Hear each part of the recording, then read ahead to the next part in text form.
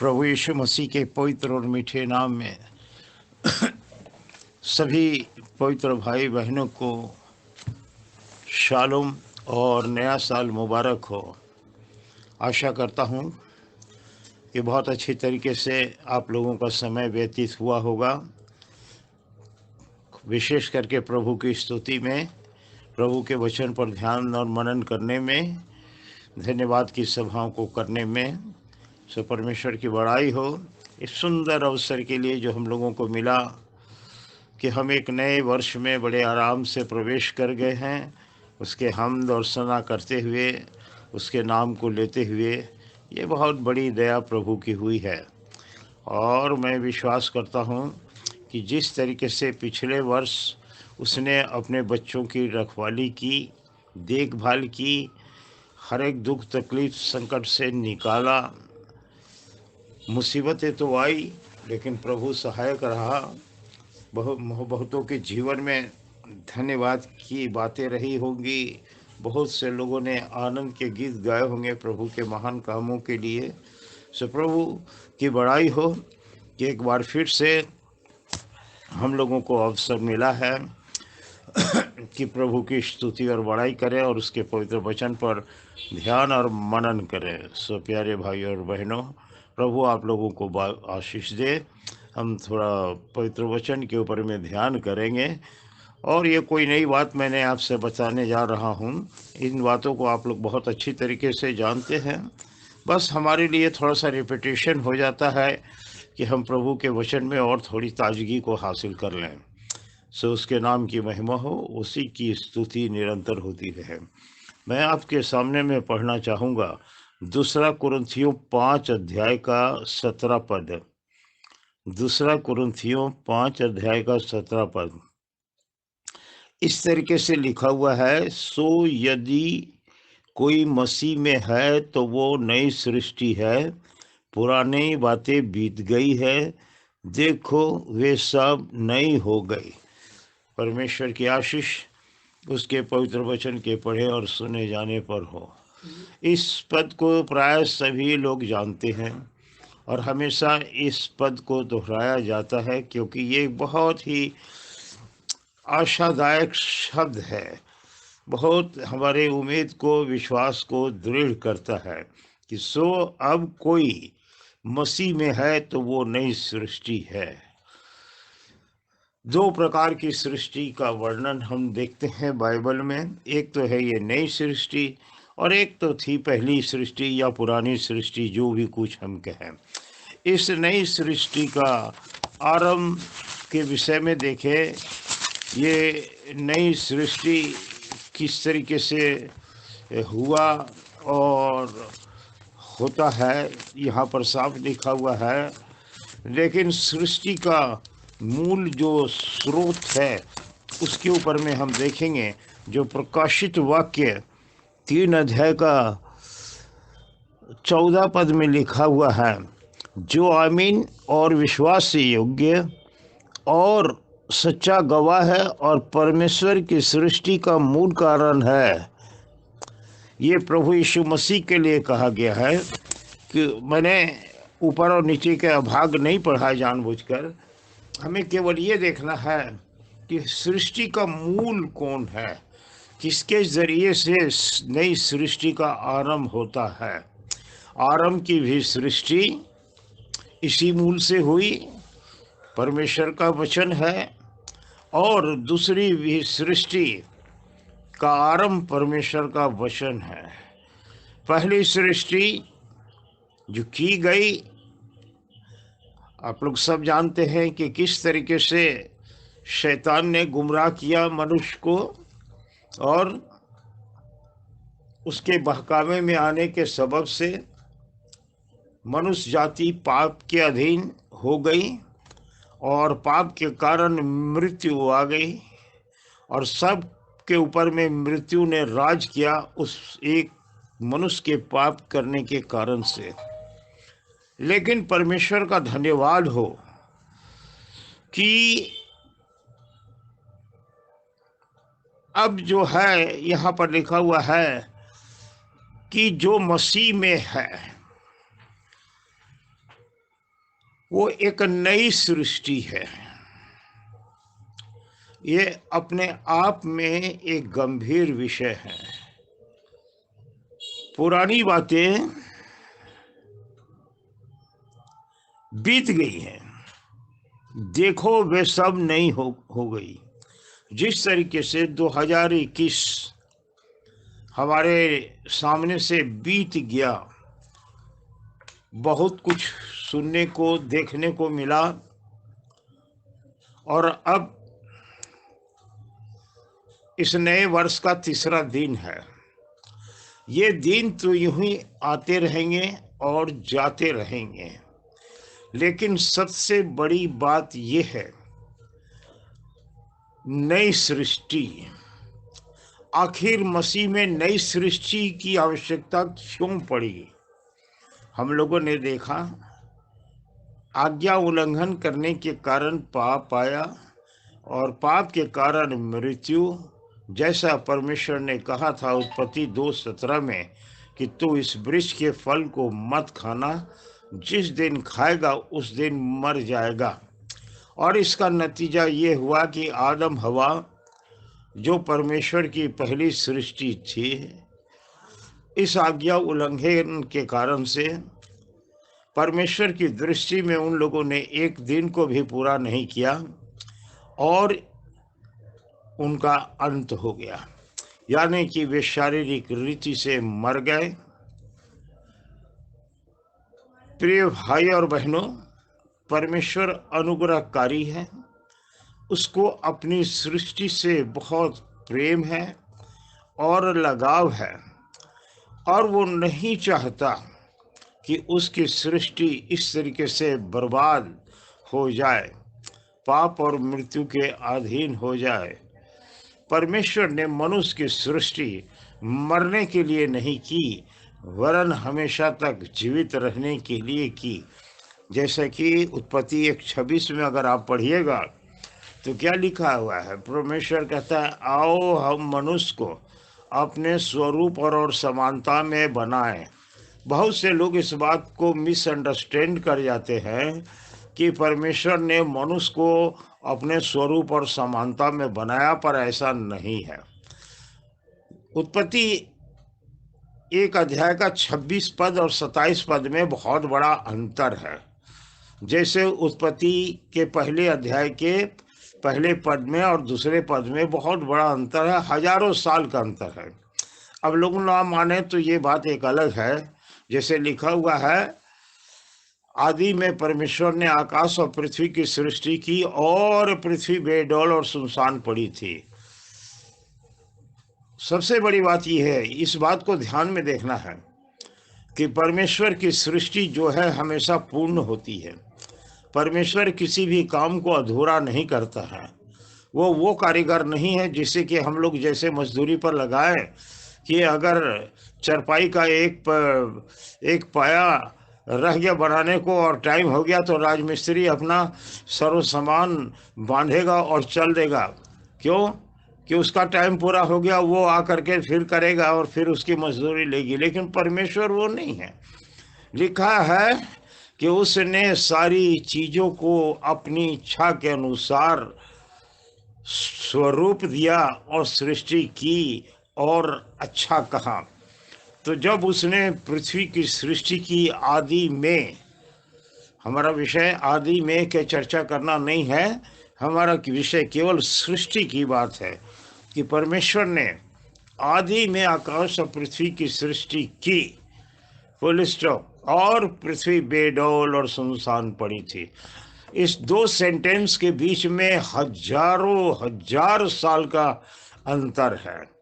अब कोई इसे माने या ना माने, क्योंकि परमेश्वर जो भी करता है परफेक्ट रीति से वो उसको डिजाइन करता है। उसके हर एक काम सिद्ध होते हैं, पूर्ण होते हैं, अधूरा नहीं होता है। कि परमेश्वर ने सृष्टि की रचना की और वो बेडौल था और सुनसान था, नहीं। ये दोनों शब्दों को अगर बेडौल और सुनसान को देखिएगा, इससे पता चलता है कि पहले ये सुडौल थी, बिल्कुल सुंदर थी, इसमें कोई गड़बड़ी नहीं थी। और सुनसान थी का मतलब एक समय सब भरा हुआ था, क्योंकि ये वर्ड आ रहा है बाद की बात को बतला रहा है, आरंभ की बात को नहीं बता रहा है, लेकिन ये हमारे अंडरस्टैंडिंग की बात है। उसी तरीके से यहाँ पर है, और यदि कोई मसीह में है तो वो एक नई सृष्टि है। पुरानी सृष्टि हमारी क्या है?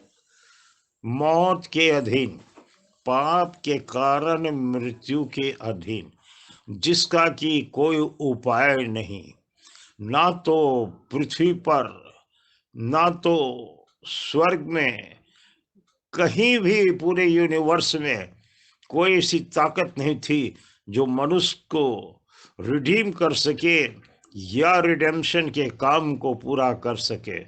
सो प्यारे भाइयों और बहनों, ये परमेश्वर की योजना थी कि हम एक नई सृष्टि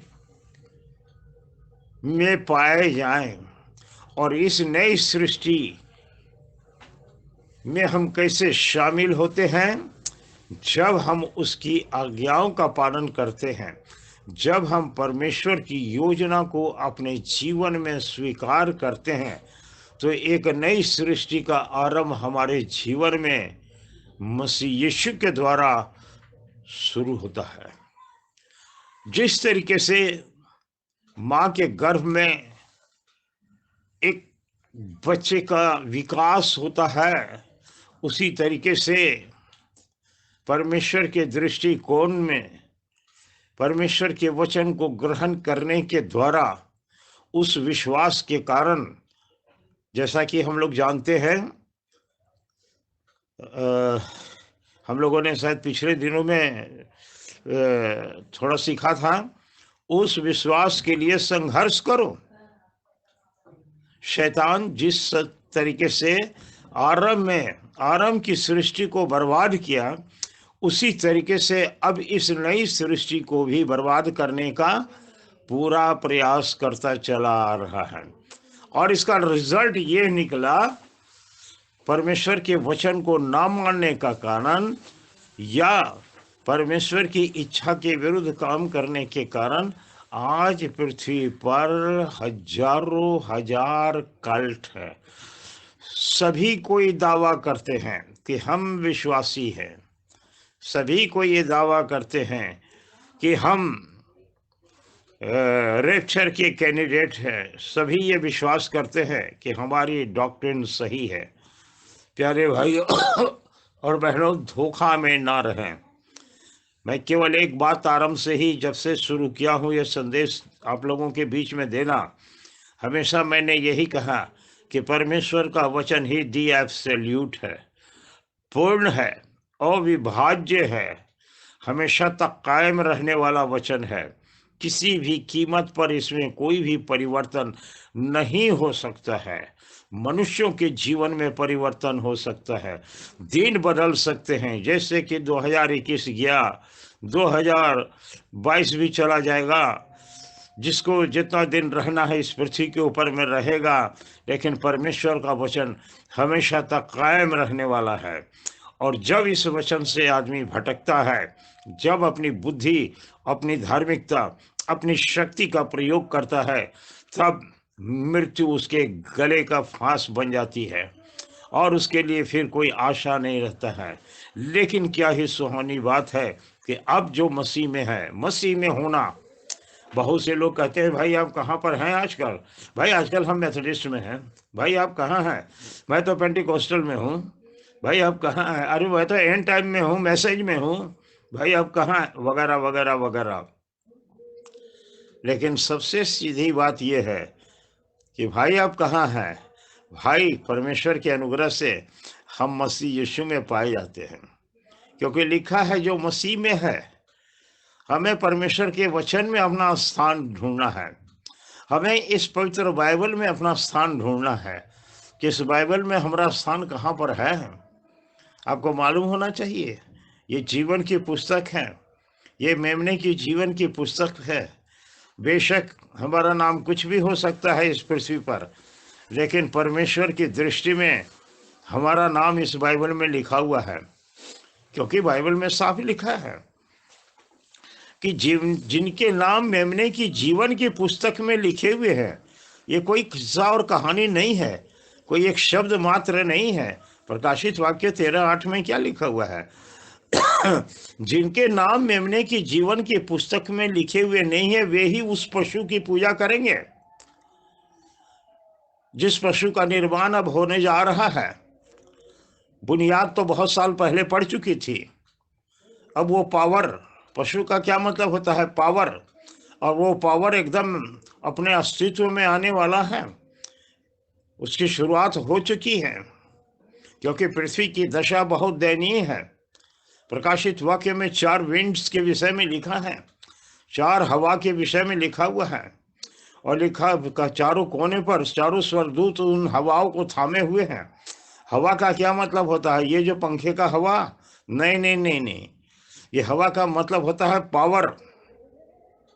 विंड का मतलब होता है पावर। बाइबल का ये क्या कहते हैं, छायावादी शब्द है। चारों स्वर्गदूत उस हवा का थामे हुए हैं। किस बात के लिए? जब तक पवित्र लोगों के माथे पर मुहर ना कर दिया जाए। ये जूस और जेंटाइल्स दोनों के लिए है, लेकिन इसकी शुरुआत हो चुकी है। इसकी शुरुआत कब से हुई है? पेंटिकोस्ट के दिन से हुई है। कैसे हुई है? जब पहला गोस्पल प्रीच किया गया पतरस के द्वारा, लोगों ने अपने पापमय दशा को पहचाना और जाना कि हम मृत्यु के दशा में है, तो वो पतरस और शेष प्रेरितों से पूछने लगे कि भाइयों, हम क्या करें? हमने तो अपने मसीह को क्रूस के ऊपर में चढ़ा दिया, हमने तो बहुत बुरा किया उसके साथ, अब हमें तो अपना बचाव दिखाई नहीं दे रहा है। तब पतरस ने कहा, मन फिराओ, यानी कि पश्चाताप करो, और तुम में से हर एक अपने अपने पापों के मोचन के लिए, क्षमा नहीं, मोचन के लिए यीशु मसीह के नाम से बपतिस्मा लो, तब तुम पवित्र आत्मा का दान पाओगे, क्योंकि ये प्रतिज्ञा तुम्हारे संतान और उन तमाम दूर दूर के रहने वालों के लिए है, जिनको प्रभु हमारा परमेश्वर अपने पास बुलाएगा। और इस नई सृष्टि में प्रवेश करने के लिए हमें नए जन्म की आवश्यकता है। यूहन्ना 3 में हम देखें, यूहन्ना के इंजील 3 अध्याय में एक व्यक्ति आता है और वो प्रभु यीशु मसीह से क्या कहता है? देखिए, यूहन्ना 3 का अभी मैं बता रहा हूँ, यहाँ का लिखा है, फरीसियों में से निकोदेमुस नामक एक मनुष्य था, जो यहूदियों का सरदार था। उसने रात को यीशु के पास आकर उससे कहा, हे रब्बी, हम जानते हैं कि तू परमेश्वर की ओर से गुरु होकर आया है, क्योंकि कोई इन चिन्हों को जो तू दिखाता है, यदि परमेश्वर उसके साथ ना हो तो नहीं दिखा सकता।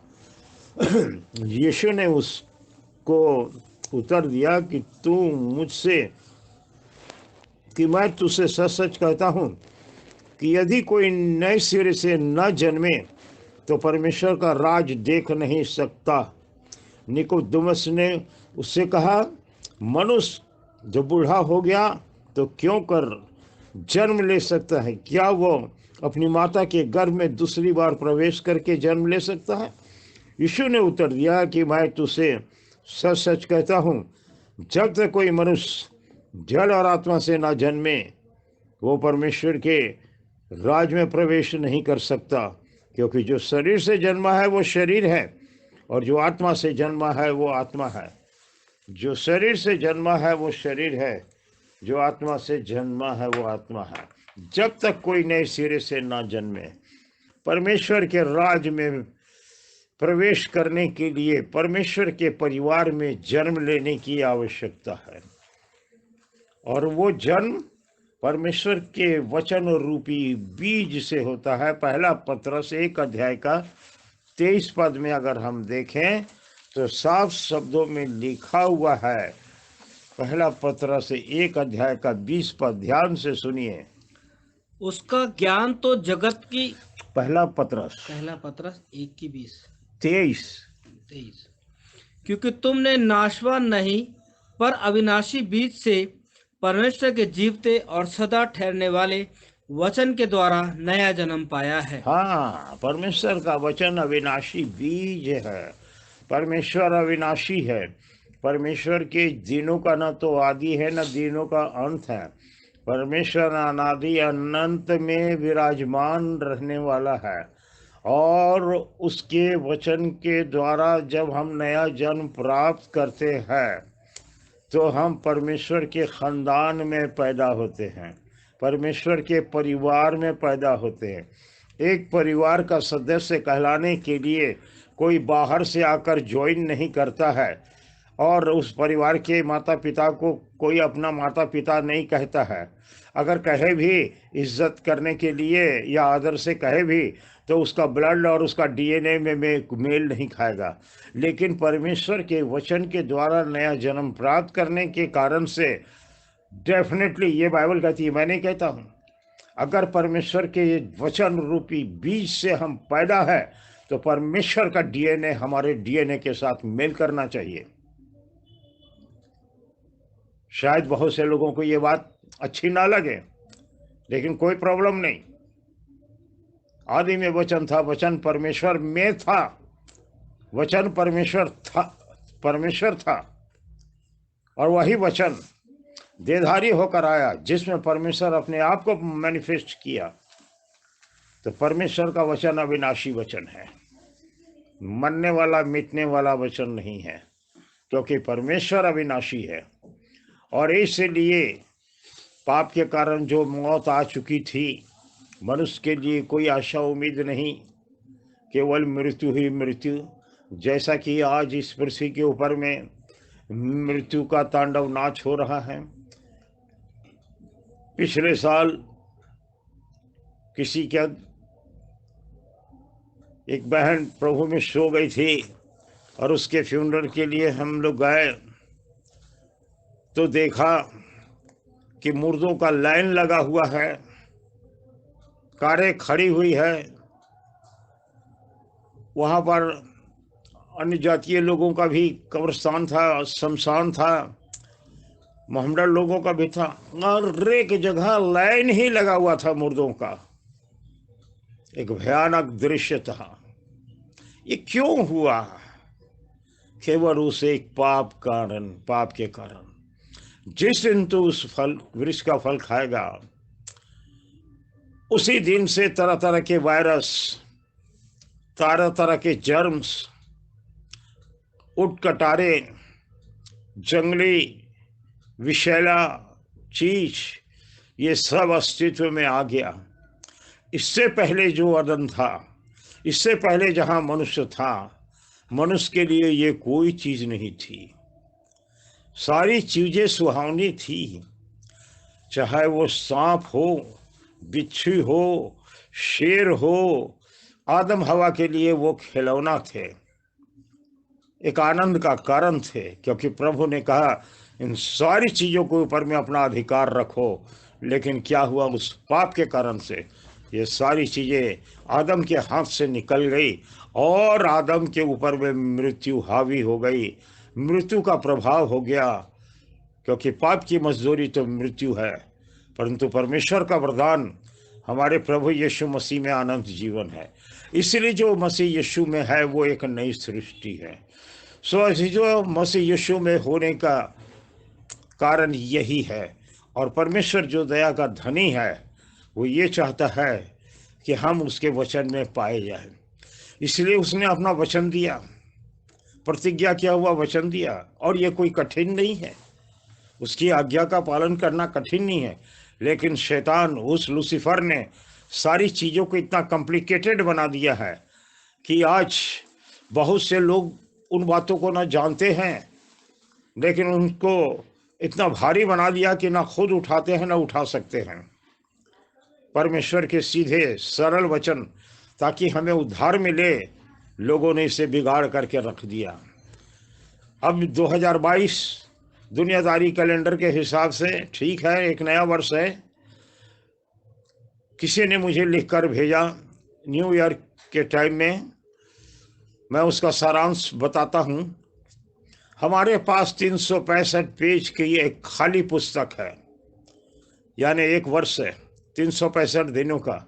बहुत अच्छा लगा मुझको। किसने लिखा मुझे नहीं मालूम, लेकिन किसी ने फॉरवर्ड किया या उसी ने लिखा, मैं नहीं जानता, कि 365 पेज का एक खाली किताब है, पुस्तक है।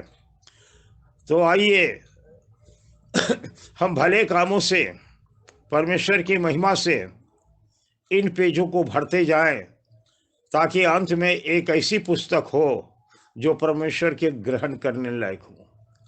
बड़ा अच्छा लगा मुझे। सो प्यारे भाई और बहनों, विश्वासी कहलाने का मतलब ये नहीं हो गया कि हम सबसे अच्छे हो गए। विश्वासी कहलाने का मतलब ये होता है कि हम परमेश्वर की संतान हैं, और जब हम परमेश्वर की संतान हैं तो परमेश्वर का स्वभाव, परमेश्वर का आचरण, परमेश्वर की मनसा हमारे जीवन में होना चाहिए। अगर वर्ड हमारे जीवन से मैनिफेस्ट नहीं होता है, अगर लाइफ मैनिफेस्ट नहीं होता है, तो अभी तक हम एक मरे हुए व्यक्ति के समान है। हम मसीह में नई सृष्टि नहीं है। लेकिन परमेश्वर हमेशा निमंत्रण देता है, आए सब थके और बोझ से दबे लगो, जो तुम मौत के अधीन हो, मेरे पास आओ, मैं तुम्हें रेस्ट दूंगा, अनंत जीवन का विश्राम दूंगा। यहाँ तुम हर एक चीज के लिए व्याकुल हो। प्यारे भाई और बहनों, परमेश्वर के वचन को ऐसी चीज ले, क्योंकि परमेश्वर का वचन सर्वोपरि है। मनुष्य की सारी बातें फेल हो जाएगी, और इसलिए यूहन्ना 5:24 में लिखा हुआ है, जो मेरा वचन सुनकर मेरे भेजने वाले की प्रतीति करता है, वो मृत्यु से पार होकर के जीवन में प्रवेश कर चुका है। नई सृष्टि का मतलब ही है कि क्या हम उस अनंत जीवन में प्रवेश कर चुके हैं। एक जगह पर बातचीत हो रही थी, कहीं पर उसने कहा कि एक सभा हो रही थी, बड़े बड़े पादरियों का खास स्पेशल मीटिंग थी, ये मिशनरियों के टाइम की बात है। तो एक डीएस साहब ने कहा, उनसे सवाल पूछा गया, किसी लेमैन ने पूछा कि साहब ये बताइए, हम लोगों ने सब कुछ छोड़कर प्रभु यीशु मसीह को ग्रहण कर लिया है, समाज से हम निकल गए हैं, हमारा क्या होगा। तो डीएस साहब का कहना ये था, भाई ये तो हमें भी नहीं मालूम है, हम तो सुनी हुई बात तुम्हें बता रहे हैं।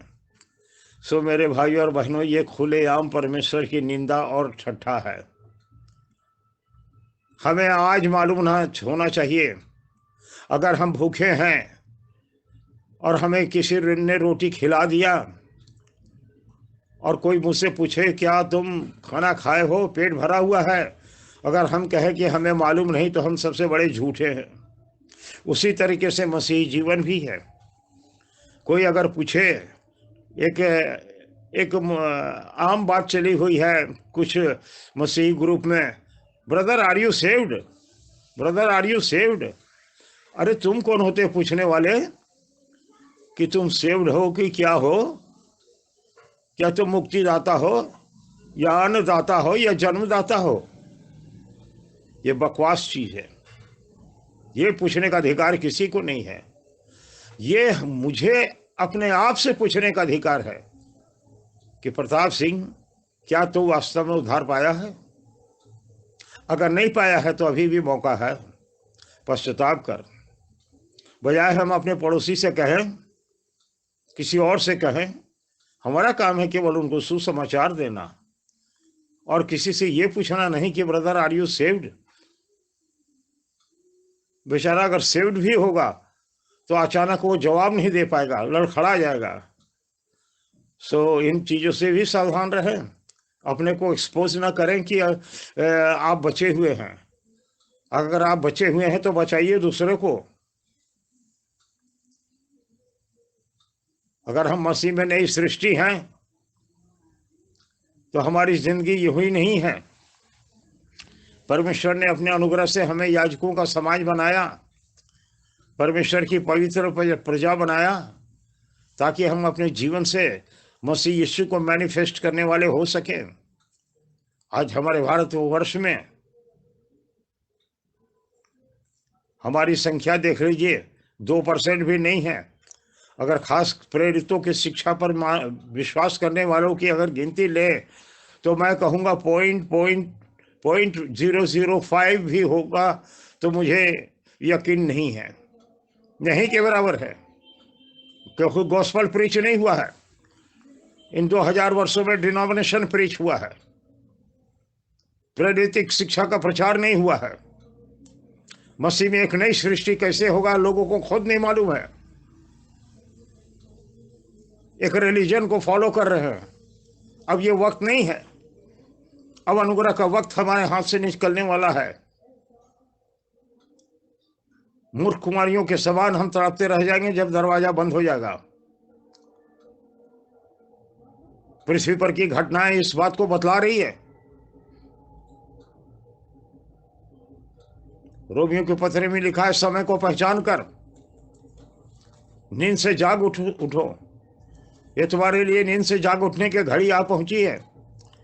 जिस समय हमने विश्वास किया था, आज से 2000 साल पहले विश्वास की बुनियाद मनुष्य जाति को दी गई, कलीसिया लोगों को दी गई। उस समय के विचार से अब छुटकारा हमारा निकट आ पहुंचा है। आमीन और हालेलुया। ये बीमारियां, ये कोरोना संकट सारी पृथ्वी के ऊपर में जो फैला हुआ है, मतभेद फैला हुआ है, तरह तरह की गूगल में, यूट्यूब में भद्दी शिक्षाएं दी जा रही है, कोई बोलने वाला नहीं। गलत गलत शिक्षाएं दी जा रही है और लोग ऐसे झूठे लोगों को पीछे चल रहे हैं। सावधान, बच के निकल आइए और प्रेरितों की शिक्षा पर आ जाइए, वही फाउंडेशन है।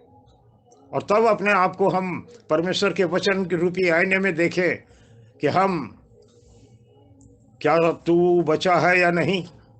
नहीं बचा है तो आज तेरे लिए मौका है। पश्चाताप कर, मन फिरा, वचन के द्वारा नया जन्म प्राप्त करने का प्रयास कर। उससे मांग कि प्रभु अपने वचन के द्वारा मुझे नया जन्म दे। उससे मांग कि प्रभु पश्चाताप की आत्मा मुझे दे, ताकि इस नए वर्ष में 2022 में मेरा काम, मेरा जीवन, मेरी प्रतिक्रिया, मेरा विश्वास 2021 से बढ़कर हो, ताकि जो पेज मैं लिखने जा रहा हूँ, हे यहोवा परमेश्वर, हे मेरे उद्धारकर्ता यहोशुआ मसाया, हे मेरे परमेश्वर यहोशुआ, दया कर मुझ पर मुझे बता, ताकि मैं उस पवित्र आत्मा की अगुवाई में कुछ लिख सकूं। अपने जीवन के पत्री में, प्रत्येक दिन के पेज में मैं कुछ लिख सकूं, ताकि आपके नाम को महिमा और जलाल मिले। प्यारे भाई और बहनों, मेरी यही कामना है, प्रभु आप सबको की मदद करें। बहुत झूठे शिक्षक खड़े हो चुके हैं, हर एक के वचन को नापिए। यूहन्ना कहता है भाइयों, हर एक आत्माओं की प्रतीति मत करो, वरन आत्माओं को परखो। ये पवित्र आत्मा कहता है कि हम आत्माओं को परखें। अगर वचन के हारमोनी में है तो आमीन, अगर प्रेरितों की शिक्षा के अनुसार है आमीन, अगर अद्वैत परमेश्वर की शिक्षा है आमीन, बपतिस्मा यीशु मसीह के नाम से है आमीन, पवित्र आत्मा का भी बपतिस्मा है आमीन। अगर इससे बाहर कोई और बात बतला रहा है कि ये कर लो तो ये होगा और वो करोगे, यहाँ नबी आ गया, वहाँ प्रेरित आ गया, ये भागिए मत, वचन में स्थिर रहिए। सो अब जो मसीह यीशु में है वो नई सृष्टि है, पुरानी बातें बीत गई, देखो सब कुछ नहीं हुई, हो गई है। प्रभु आप लोगों की मदद करे, शक्ति सामर्थ दे, पवित्र आत्मा का अभिषेक होने दे, किसी चीज़ से मत डरिए। यशायाह 23:26 का 3 याद रखिए, जिसका मन तुझ में धीरज धरे हुए है उसकी तू पूर्ण शांति के साथ रक्षा करता है। जो भी कुछ हो इस पृथ्वी के ऊपर में घबराने की बात नहीं है। भजन संहिता में लिखा है, विपत्ति के दिन मैं तुझे अपने मंडप में छिपा लूंगा। जी हाँ, वो छिपाएगा। वो सच्चा परमेश्वर है, वो सच्चा एलोहिम यहोवा है, उसके बातों में कोई फर्क नहीं होगा। चेंज नहीं होगा। वो उसका वचन अटल है। आसमान ज़मीन टल जाएंगे लेकिन उसकी बातें नहीं टलेगी। सो आज मैं इतना ही कहना चाहूँगा कि अब तक मसीह यीशु में जो नई सृष्टि नहीं है, बहुत अच्छा मौका है आपके लिए, क्योंकि ये वक्त जा रहा है, बहुत तेज़ी से चला जाएगा। ये आवाज़ें बंद हो जाएगी, आपको निमंत्रण देने वाला कोई नहीं रहेगा क्योंकि पवित्र आत्मा अपना काम पूरा करके अपने पवित्र लोगों को लेकर उस रिजरेक्शन का भागी बना देगा जिसका इंतज़ार सारी दुनिया कर रही है, जिसकी प्रतिज्ञा हमारे प्रभु परमेश्वर ने की है। सो प्रभु आप लोगों को बहुत आशीष दे। फिर से मेरे तरफ से, मेरे परिवार के तरफ से, छोटी सी असेंबली के तरफ से आप सभी भाई बहनों को, पास्टर को, जितने भी पास्टर लोग शरीक होते तमाम को यहोशुआ मसीह के नाम में शालोम और नए साल मुबारक हो। प्रभु आप लोगों को आशीष दे। यीशु मसीह का शालोम आप लोगों के साथ निरंतर बना रहे। आमीन फिर आमीन।